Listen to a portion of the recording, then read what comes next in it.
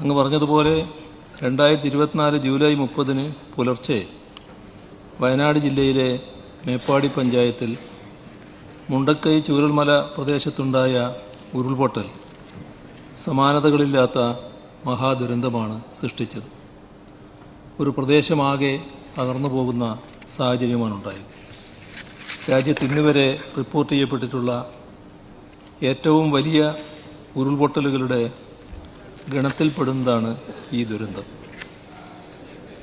ദേശീയ അന്തർദേശീയ തലങ്ങളിലെ ശാസ്ത്രജ്ഞർ ചേർന്ന് പ്രസിദ്ധീകരിച്ച ശാസ്ത്രലേഖനത്തിൽ മണിക്കൂറിൽ 100 കിലോമീറ്റർ വേഗതയിൽ 5.72 ദശലക്ഷം ഘനമീറ്റർ അവശിഷ്ടങ്ങൾ ഒഴുകിയെത്തിയെന്നാണ് കണക്കാക്കിയിരിക്കുന്നത്. 32 മീറ്റർ വരെ ഉയരത്തിലാണ് അവശിഷ്ടങ്ങൾ ഒഴുകിയെത്തിയത്. കാലാവസ്ഥാ വ്യതിയാനം മൂലം പ്രാദേശികമായി ഉണ്ടാകുന്ന അതിതീവ്ര മഴയാണ് ഈ ഉരുൾപൊട്ടലിന് കാരണമായത്.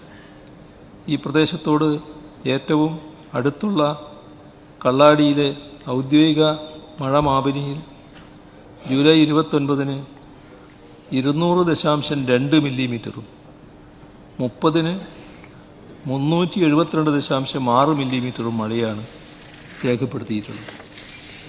പുഞ്ചിരിമട്ടം, മുണ്ടക്കൈ, ചൂരൽമല, അട്ടമല എന്നീ സ്ഥലങ്ങളെ നേരിട്ട് ബാധിച്ച ഈ ദുരന്തത്തിൽ 231 ജീവനുകൾ നഷ്ടപ്പെടുകയും 47 വ്യക്തികൾ കാണാതാവുകയും ചെയ്തിട്ടുണ്ട്. 145 വീടുകൾ പൂർണ്ണമായും 170 എണ്ണം ഭാഗികമായും തകർന്നു. 240 വീടുകൾ വാസയോഗ്യമല്ലാതാവുകയും 183 വീടുകൾ ഒഴുകിപ്പോവുകയും ചെയ്തു. ശാസ്ത്രീയ പഠനത്തിൻ്റെ വെളിച്ചത്തിൽ വാസയോഗ്യമല്ല എന്ന് കണ്ടെത്തിയിരിക്കുന്ന സ്ഥലങ്ങളിലാകട്ടെ കൂടുതൽ വീടുകളുണ്ട്. കടകൾ, ജീവനോപാധികൾ, വാഹനങ്ങൾ, കൃഷി, വളർത്തുമൃഗങ്ങൾ എന്നിവയെല്ലാം ചേർന്ന് ചുരുങ്ങിയത് 1200 കോടി രൂപയുടെ നഷ്ടമെങ്കിലും മേപ്പാടിയിൽ ഉണ്ടായിട്ടുണ്ട്. സർ, ഇതേ ദിവസം തന്നെയാണ് കോഴിക്കോട് ജില്ലയിലെ വാണിമേൽ പഞ്ചായത്തിലെ വിലങ്ങാടിലും ഉരുൾപൊട്ടലുണ്ടായത്. കോഴിക്കോട് ജില്ലാ ദുരന്ത നിവാരണ അതോറിറ്റിയുടെ കണക്ക് പ്രകാരം 48 മണിക്കൂറിൽ 307 മില്ലിമീറ്റർ മഴയാണ് വിലങ്ങാടിൽ രേഖപ്പെടുത്തപ്പെട്ടത്. അവിടെ ഒരു വിലപ്പെട്ട ജീവനും വീടുകൾ, കടകൾ, ജീവനോപാധികൾ, വാഹനങ്ങൾ, കൃഷി, വളർത്തുമൃഗങ്ങൾ എന്നിവയും നഷ്ടപ്പെട്ടിട്ടുണ്ട്. അവയെല്ലാം ചേർന്ന് ചുരുങ്ങിയത് 217 കോടി രൂപയുടെ നഷ്ടമെങ്കിലും വിലങ്ങാടിൽ ഉണ്ടായിട്ടുണ്ട്. മനുഷ്യൻ്റെ ഇടപെടലുകൾ ഒട്ടും തന്നെ ഇല്ലാത്തതും വനത്തിനുള്ളതുമായ പ്രഭവ കേന്ദ്രത്തിൽ നിന്ന് കിലോമീറ്ററുകൾ അകലെയുള്ള പ്രദേശങ്ങളെപ്പോലും തകർത്ത് തരിപ്പണമാക്കിയാണ് മേപ്പാടിയിൽ ഉരുൾപൊട്ടിയിറങ്ങിയത്. വിലങ്ങാടിലും മേപ്പാടിയിലും ജനങ്ങളുടെയും സന്നദ്ധ പ്രവർത്തകരുടെയും തദ്ദേശ സ്വയംഭരണ സ്ഥാപനങ്ങളുടെയും ജില്ലാ ഭരണ സംവിധാനങ്ങളുടെയും ജാഗ്രതയുടെ ഫലമായി നിരവധി ജീവനുകൾ രക്ഷിക്കാൻ കഴിഞ്ഞിട്ടുണ്ട്. മേപ്പാടിയിലെ ദുരന്തത്തെ അതിജീവിച്ച 794 കുടുംബങ്ങൾ നിലവിൽ വാടക വീടുകളിലാണ് താമസിക്കുന്നത്. വിലങ്ങാടിൽ 30 കുടുംബങ്ങളാണ് വാടക വീടുകളിൽ കഴിയുന്നത്. മേപ്പാടിയിലെ അതിജീവിതർക്കായി സുരക്ഷിതമായ ടൗൺഷിപ്പ് നിർമ്മിക്കുന്നതിനുള്ള നടപടികൾ പുരോഗമിച്ചു വരികയാണ്. വിലങ്ങാടിലും സമഗ്രമായ പുനരധിവാസം ഉറപ്പുവരുത്താനുള്ള ശ്രമങ്ങളാണ് നടത്തിവരുന്നത്. രണ്ടിടങ്ങളിലെയും അതിജീവിതർക്ക് വേണ്ട അടിയന്തര സഹായങ്ങളെല്ലാം തന്നെ സംസ്ഥാന സർക്കാർ ലഭ്യമാക്കിയിട്ടുണ്ട്. ആഗോള താപനത്തിൻ്റെയും കാലാവസ്ഥാ വ്യതിയാനത്തിൻ്റെയും ഫലമായി അടിക്കടി പ്രകൃതി ദുരന്തങ്ങൾ ഉണ്ടാകുന്ന നാടായി കേരളം മാറുന്നു.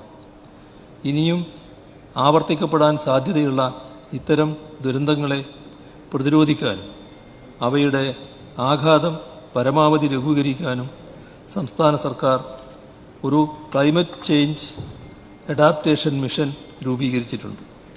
കാലാവസ്ഥാ വ്യതിയാനത്തിൻ്റെ പശ്ചാത്തലത്തിൽ കേരള കേന്ദ്രീകൃത ഗവേഷണങ്ങൾ നടത്താനായി institute of climate change studies എന്ന സ്ഥാപനത്തിന് തുടക്കം കുറിച്ചിട്ടുമുണ്ട്. കാലാവസ്ഥാ പ്രവചനം ശക്തിപ്പെടുത്തുന്ന വിധത്തിൽ റഡാറുകൾ ഉൾപ്പെടെ കൂടുതൽ നിരീക്ഷണ സംവിധാനങ്ങൾ കേരളത്തിന് ലഭ്യമാക്കണമെന്ന് സംസ്ഥാന സർക്കാർ കേന്ദ്ര സർക്കാരിനോട് ആവശ്യപ്പെട്ടിട്ടുണ്ട്.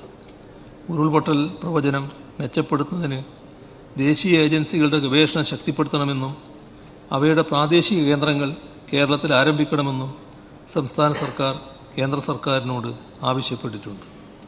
അതേസമയം തന്നെ ശാസ്ത്രീയമായ ഭൂവിനിയോഗം സാധ്യമാക്കുന്നതിലും അപകട സൂചന മുൻകൂട്ടി നൽകുന്നതിനുള്ള പ്രാദേശിക സംവിധാനങ്ങൾ സജ്ജമാക്കുന്നതിലും ശ്രദ്ധ കേന്ദ്രീകരിക്കുകയാണ് സംസ്ഥാന സർക്കാർ.